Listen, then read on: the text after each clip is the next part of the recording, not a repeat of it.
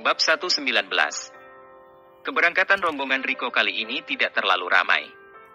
Hanya ada San Diego, Ramon, Bruno, Ramos dan tentunya adalah Rico sendiri. Ketika mereka sampai ke negara R tersebut, mereka langsung menuju hotel terdekat untuk sekedar beristirahat sebelum berangkat menuju arena tarung bawah tanah pada malam harinya. Sialan benar.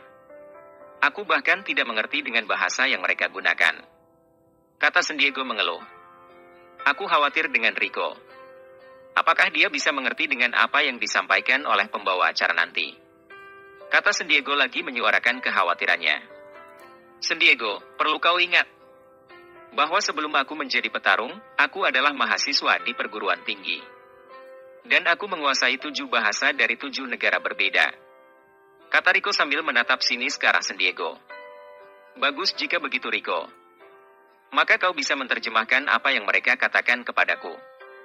Kata San Diego dengan bersemangat.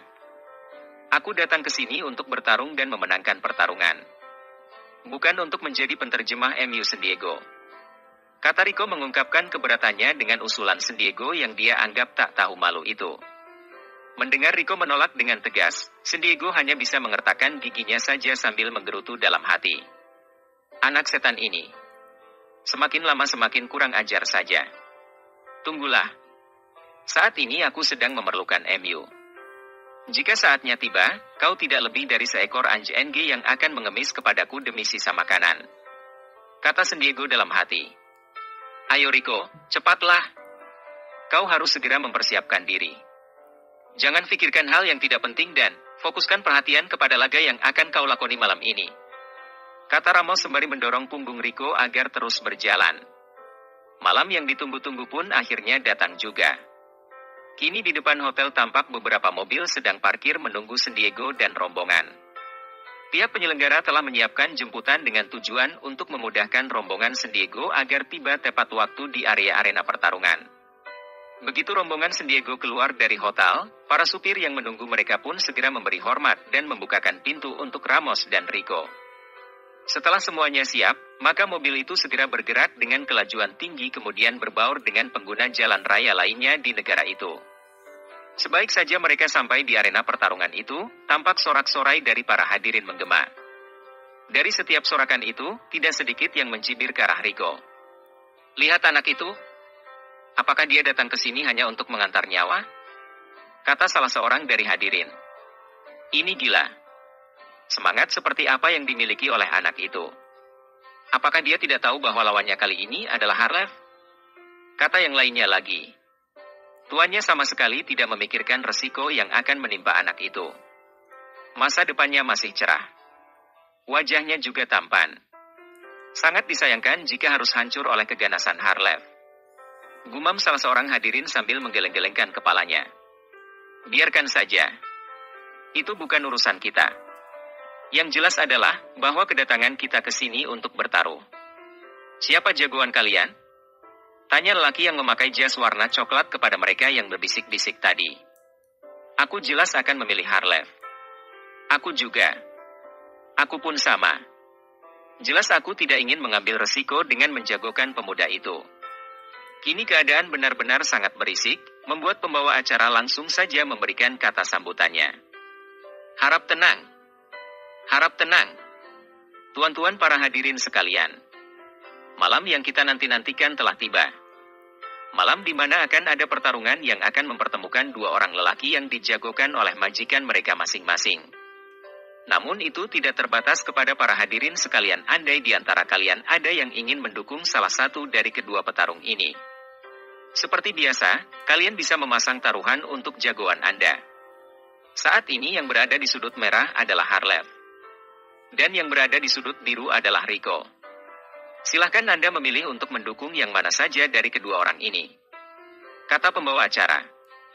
Aku akan memilih Harlev. Aku juga. Kita sudah sama-sama tahu bahwa Harlev adalah mantan petarung Fighting Championship. Teriak seorang lelaki yang memakai setelah jas warna coklat tadi. Aku justru kasihan dengan anak lelaki yang bernama Rico itu. Kata yang lainnya pula. Tuan-tuan sekalian, apakah Anda telah menentukan siapa jagoan yang akan Anda unggulkan? Jika sudah, maka Anda bisa memasang taruhan. 10 menit dari sekarang sebelum lonceng menandakan pertarungan dimulai, kalian sudah memastikan bahwa taruhan Anda telah diserahkan kepada panitia penyelenggara. Kata pembawa acara memperingatkan. Pak Sandiego, berapa taruhan Anda untuk kemenangan jagoan Anda kali ini? Tanya seorang lelaki kepada Sandiego. Setelah mengerti apa yang dikatakan oleh lelaki itu melalui penerjemah, Sandiego pun akhirnya mengeluarkan kartu ban dan menyuruh pihak panitia untuk menggesekkan kartu tersebut dan mengeluarkan taruhan sebesar 20 juta dolar. Melihat ini, lelaki yang bertanya tadi pun segera menyambut dengan bertepuk tangan. Dia yakin dengan kemenangan jagoannya kali ini. 20 juta adalah nilai yang sangat sedikit Pak Sandiego. Bagaimana jika kita bertarung sampai 100 juta saja? Apakah Anda tidak yakin dengan kemampuan jagoan Anda? Tanya lelaki itu dengan senyum menghina. Mendengar penghinaan ini membuat telinga Sandiego menjadi merah. Dia segera mengeluarkan ponselnya dan langsung membuat panggilan singkat kepada Robin. Robin yang juga merasa sangat marah langsung meminta untuk bicara kepada lelaki itu. Setelah kata sepakat diambil, maka Robin dengan memanfaatkan jaringannya menyanggupi taruhan sebesar 80 juta dolar Amerika. Kini genaplah sudah taruhan itu sebanyak 200 juta dolar. Angka yang sangat gila mengingat Rico adalah petarung baru. Namun bagi Robin, gengsi adalah nomor satu. Jangankan 100 juta, 1 miliar pun jika itu menyangkut harga diri, dia pasti akan melakukan taruhan. Persetan dengan kalah atau menang. Kini semua mata tertuju ke arah arena di mana kedua petarung telah saling berhadap-hadapan. Setelah lonceng berbunyi dan pembawa acara telah turun dari panggung arena, tampak Rico dan Harlev saling menjajaki kekuatan masing-masing. Serangan dimulai dari Harlev yang mengirim tendangan ke arah kepala yang ditangkis oleh Rico dengan tangan kiri. Kini gantian Rico yang merengsek ke depan mengirim satu jab ke arah wajah lawan yang langsung diblokir lawan dengan merapatkan kedua tangan di depan wajah. Gagal dengan serangan pertama, Rico kini langsung mengirim pukulan cross yang juga dengan mudah dihindari oleh lawan dengan miring ke samping. Lawan yang melihat pertahanan Rico rapuh akibat baru saja melepas serangan segera mengirim tendangan ke arah pinggang yang tepat mengenai sasaran membuat Rico terhuyung sedikit ke samping. Namun belum sempat lawan meluruskan posisi gerakannya selepas menyerang, Rico kini meluruk tanpa memperdulikan rasa sakit akibat tendangan tadi dan langsung mengirim pukulan hook yang telak mengenai rahang kiri lawan membuat Harlev juga terhuyung ke samping. Jual beli pukulan kini tampak sedang terjadi di atas arena tarung saat ini membuat semua hadirin merasa sangat terhibur.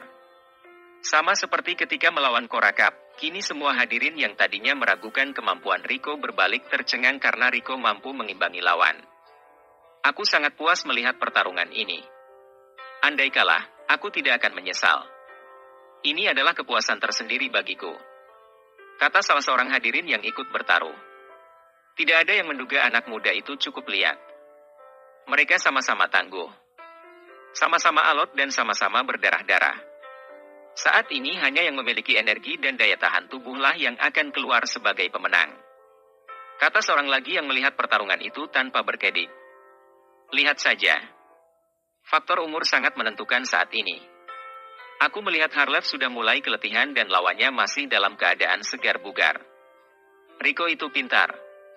Lihat dia mengulur-ulur waktu dan sesekali menyerang. Ini bisa membuat Harlev kehabisan tenaga karena terus mengejar Rico. Aku melihat bahwa Rico juga sengaja memprovokasi lawan. Begitu Harlev emosi, maka habislah dia. Perdebatan antara para hadirin juga memanas ketika ini sampailah pada akhirnya suara tubuh jatuh bergedebum ke kanvas arena. Apa yang terjadi? Ketika Harlev merasa memiliki kesempatan untuk menendang ke bagian atas tubuh Rico yang terbuka, tanpa dia sadari bahwa itu hanyalah pancingan saja. Karena setelah itu, Rico langsung merunduk dan menyapu kaki Harlev yang berdiri dengan satu kaki. Akibat dari rapuhnya pertahan dari sebelah kaki saja, maka sapuan kaki Rico itu pun dengan mulus membuat kaki Harlev tergelincir. Selanjutnya dapat diketahui bahwa Harlev jatuh terbanting ke lantai arena dengan suara yang keras. Persis seperti Rico menendang tubuh Zack dan John ketika mereka berkelahi yang mengakibatkan Rico dikeluarkan dari kampus, kini hal yang sama juga dilakukannya kepada Harlev. Saat ini Rico seperti kesetanan menyepak apa saja di bagian tubuh Harlev seperti sekarung tepung. Bunyi babik-buk pun terdengar bercampur teriakan kesakitan dari mulut Harlev. Kini semua mulut para hadirin ternganga dengan lebar seperti lubang belut. Mereka seperti bermimpi melihat mantan petarung kelas dunia itu harus menjerit kesakitan tanpa ada wasit yang melerai. Pertarungan ini benar-benar pertarungan bebas. Selagi Anda masih sadar, maka tidak ada yang kalah. Rico paham betul akan hal ini. Dia yang tidak begitu tega langsung menarik rambut Harlev kemudian memasukkan lengan kanannya ke bawah dagu dan membuat kuncian. Hanya itu saja cara untuk mengakhiri perlawanan dari Harlev. Benar saja. Belum sampai 10 detik, Harlev sudah pingsan dan tidak bisa bergerak lagi. Dengan ini, pertarungan akhirnya dimenangi oleh Rico dan disambut dengan tepuk tangan oleh para hadirin yang tadinya sangat meragukan kemampuan Rico. Penerjemah, tanyakan kepada lelaki itu. Apakah dia masih memiliki jagoan? Jika dia merasa tidak puas, katakan kepadanya bahwa San Diego menunggu kedatangannya bersama dengan jagoannya di country home. Kata San Diego sambil tertawa penuh kemenangan. Setelah si penerjemah menyampaikan apa yang dikatakan oleh San Diego, lelaki itu hanya menatap tajam ke arah San Diego sambil mengertakkan giginya lalu segera memutar badan dan segera berlalu pergi dari tempat itu. Bersama